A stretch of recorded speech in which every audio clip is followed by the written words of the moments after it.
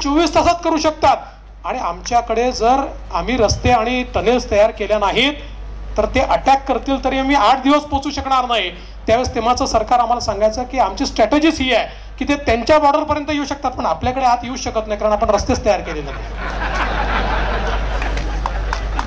मोदीजींनी सांगितलं चालणार नाही आणि अनप्रेसिडेंटेड म्हणजे it was his words, unprecedented infrastructure. आपल्याला माहितीच नाही कारण अशा प्रकारचं इन्फ्रास्ट्रक्चर वी डोंट बोस्ट. आता इथे आम्ही एक आकडा आपल्यासमोर दिलाय, 6800 किलोमीटरचे रोड्स आपण त्या ठिकाणी तयार केलेत.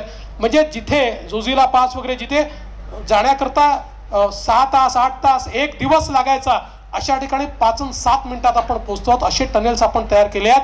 अशा प्रकारचे म्हणजे आता चायना जर त्यांचे फोर्सेस 24 तासात आणू शकत असेल तर आम्ही 12 तासात आमचे फोर्सेस मूव्ह करू शकतो. अशा प्रकारचे इन्फ्रास्ट्रक्चर हे या ठिकाणी केलेलं आहे.